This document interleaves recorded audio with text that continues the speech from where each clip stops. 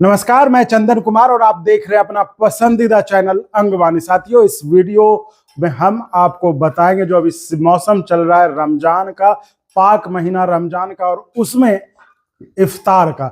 इफ्तार में ये इफ्तार बेहद खास है क्योंकि आप इफ्तार के नाम पर आपने बड़े बड़े सिने स्टार सलमान खान इन सब का सुना या फिर बड़े नेताओं की इफ्तार पार्टी सुना, लेकिन हम आपको आज लेके चल रहे एक शहर में रहने वाले एक आम आदमी के इफ्तार पार्टी की, यानी कि बापू के इफ्तार के। इन बापू से मैंने आपको पहले भी कई बार मिलवाया है, वो अपने चैनल पे आ चुके हैं, लेकिन आज भले ही बापू ने, लेकिन बापू के किरदार को, बापू के जो कहे हुए बात थे उनको आज लोगों के सामने, लोगों के समाज में जो वो उतार रहे हैं वो है एनके जानी सर, जो कि आप देख रहे होंगे। एनके जानी सर से आप पहले भी मिले हुए। जानी सर, तो देखिए, जब सर ने कहा कि जो है आज इफ्तार है तो मैंने कहा कि ठीक है, ये लोगों के लिए भी काफी खास होगा, रोचक होगा देखना कि आखिर बापू की इफ्तार कैसी होती है। तो आइए हम देखते हैं बापू की इफ्तार में, हम भी शामिल हो जाते हैं। तो ये देखिए, हमारे साथ बैठे हुए हैं जानी सर हैं, सद्दाम जी हैं, संजय जी हैं, आगे और हमारे नरेश सर हैं जो कि पूर्व राज्यसभा के सांसद हैं, अपने भागलपुर से हैं, कटिहार कुर्सेला से हैं। जानी सर, इफ्तार में क्या कहेंगे? देखो, इफ्तार तो ऐसे तो हम रोज़ा रखते हैं और शाम को सेलिब्रेट करते हैं कि एक दिन मेरा इफ्तार हो गया, एक रोज़ा पूरा हुआ। एक तरह से थैंक्स गिविंग पार्टी होती है। अभी आज के दिन में इफ्तार जो है वो ये भी पॉलिटिकलाइज्ड हो गया है। अब इफ्तार जो है वो लोग ग्रुप जमा करते हैं और वो अपना इमेज ब्रांडिंग ये सब करते हैं। तो आपको पता है, मैं तो गांधीवाद हूँ। गांधी जी भी जाते थे इफ्तार पार्टी में, लेकिन वो इस पर्पज से नहीं जाते थे कि कोई ब्रांडिंग मतलब नहीं था।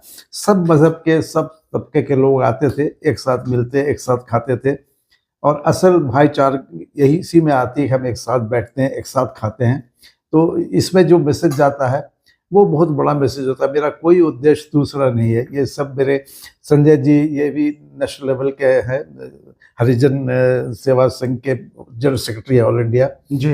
ये सद्दाम सलीम, अच्छा, ये उभरते हुए इंडस्ट्रियलिस्ट हैं, और मुझे लगता है कि आने वाले दिनों में ये इंडिया तो नहीं, बिहार लेवल में ऊपर में इनके पंक्ति में नाम रहेगा। नरेश यादव जी हैं, इनका तो परिचय की जरूरत नहीं, 2 बार सांसद रहे हैं राज्यसभा के, और इनका बहुत बड़ा आश्रम बनाया हुआ है कुर्सेला। मैं गया हूँ वहाँ पर भी। तो ये मुझे लगता है कि मैं अगर गांधी के जीवन जी रहा हूँ तो शायद मुझसे ज़्यादा रिलीजियसली नरेश जी जी रहे हैं। तो बहुत अच्छा लगता है, हम साथ मिल के खाते हैं, भाईचारा बांटते हैं।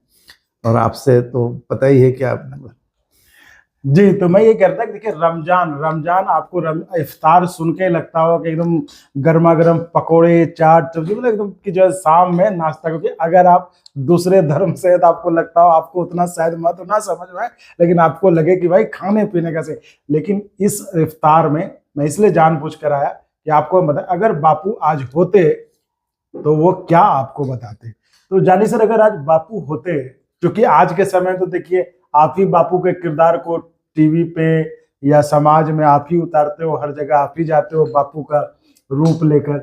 तो अगर आज बापू होते और वो इफ्तार कर रहे होते तो क्या होता, क्या कहते बापू? जो बापू कहते, जो करते, वही मैं कर रहा हूँ जी। ये इफ्तार खाना पीना तो ये तो सुपरफिशियल चीज है। इसमें हम कहते हैं कि रूहानी ग़िज़ा मिलती है, जो अंदर से आत्मा की संतुष्टि मिलती है। सबके साथ मिल के बांट रहे हैं, प्यार मोहब्बत। अभी माहौल आपको पता है देश का कितना बिगड़ा हुआ है, गलत इशू पर लोग झगड़ रहे हैं, और अगर इफ्तार पार्टी भी होती है तो वो भी किसी मकसद से तहत होती है। यहाँ पर वो सब कुछ नहीं है। बापू भी इसी तरह से सादा सीधी से इफ्तार करते थे, सबके यहाँ जाते थे, कोई भेदभाव नहीं था। वो अभी भी मैं मेंटेन कर रहा हूँ, मेरा पूरे परिवार मेंटेन करता है, हमारे कोई फर्क नहीं पड़ता है। सब आते हैं बहुत इज्जत से, प्यार से। और ये जो मैसेज जाता है, ये अच्छा खाना खिलाने से नहीं, अच्छा व्यवहार से और एक साथ मिल के बैठने से, इसकी बात ही अलग है। और आप जैसे चैनल के लोग इसको प्रमोट करते हैं, बहुत अच्छी बात है। आपका तो मैं पहले भी आ चुका हूँ, और बहुत बहुत आपको धन्यवाद देता हूँ कि आप इस नेक काम में भी हमारे साथ शरीक रहते हैं, इतना प्रोत्साहन करते हैं। मैं कितना भी शुक्रिया अदा करूँ कम है। देखिए, लेकिन मेरा भी मन बहुत ज्यादा बात करने का हो नहीं रहा है। मेज पे आप भी देख रहे होंगे खाने की इतनी चीजें पड़ी हुई है, तो देखिए मेरा भी मन बहुत ललचा जा रहा है। लेकिन हम जल्दी जल्दी कुछ बात, अगर आप लोग कुछ बात करना चाहेंगे तो हमारे साथ नरेश यादव जी हैं, जो कि सांसद हैं, राज्यसभा के सांसद रहे हैं अपने बिहार के भागलपुर के पड़ोस कटिहार जिले से, और एक समय में मतलब बड़े दबंग नेता माने जाते थे वहां से। दबंगई सर अभी भी है कि? अभी नहीं, बिल्कुल नहीं। अच्छा। कभी भी नहीं, दबंगई कभी नहीं। अच्छा। अरे हमने सुन रखा आपकी कहानी कि आप कैसे वो क्या दूध वाला क्या सब कुछ रोक रखे थे, रास्ता वास्ता आपने उस समय। हाँ, तो अब इफ्तार में, आज इफ्तार का मौका है। आज हमारे हम में तो आदरणीय इनके साहब कुदानी साहब को सेक्युलरिज्म का चैंपियन मानता हूँ। अच्छा। और इसे एक धर्म से टैग नहीं करके सभी धर्मों के लिए ये इंसानी रोल भूमिका अदा करते हैं। इनका मैंने कई बार प्रदर्शन देखा है, जो गांधी का प्रदर्शन करते हैं, गांधी की भूमिका निभाते हैं। इतनी सटीक सटीक बातें लोगों को बताते हैं जिसके बारे में लोगों को भ्रांति है। तो मैं इन्हें नमन करता हूं कि आप सही मामले में सांप्रदायिक सद्भाव का एक नमूना है और पूरे देश में आप इस माध्यम से प्रचार प्रसार कर रहे हैं। देश में देश गंगा जमुनी तहजीब से चलती है, लेकिन आज इस तहजीब को बिगाड़ने की पूरी कोशिश हो रही है। धर्म प्रधान देश कभी नहीं हो सकता। मेरे लिए देश सर्वोत्तम है, देश सबसे ऊंचा है, और देश चलेगा हिंदू मुस्लिम सिख ईसाई के मेलो मिलाप से, सबके मिलने से देश चलती है। जैसे गंगा जमुना सरस्वती ये सब मिल जाती है तो संगम हो जाता है, उसी तरह से जब सब धर्मों के लोग मिल जाते हैं वह संगम हो जाता है, और जो संगम स्थल होता है वो पवित्र होता है, वो दर्शनीय पूजनीय हो जाता है। इसलिए हम सिख हिंदू मुसलमान ईसाई बौद्ध जैन अगर हम सब एक साथ मिल करके करें, एक साथ मिल करके रहें, ये कल ये भारत हमारा देश सोने की चिड़िया हो जाएगी, इसमें कोई दो राय नहीं है। तो सर, बहुत अच्छा संदेश है नरेश जी का, और हम कह रहे हैं कि अब हम ज्यादा, मेरे भी मुंह में पानी आ रहा है, तो मैं भी अब खाने पे चलता हूँ। इफ्तार पे इफ्तार तोड़ूंगा तो ना। इफ्तार बोलते तोड़ना बोलते सर, क्या बोलते? रोजा तोड़ना, रोजा खोलना। चलिए, तो हम भी अब चले, रोजा खोलना है मुझे भी खाना है। तो आप लोगों को भी बोलना है कुछ? हमारे साथ संजय राय जी भी है। जी संजय जी। एक तो सबको बहुत बहुत बधाई, इस पवित्र पाक महीना है ये रमजान का, और हम सबको ये लगता है, मैं हरिजन सेवक संघ में देखता हूँ बापू के काम को आगे बढ़ाने की देश भर में कोशिश करता हूँ। और आज आपने बहुत अच्छा शब्द इस्तेमाल किया कि बापू का इफ्तार।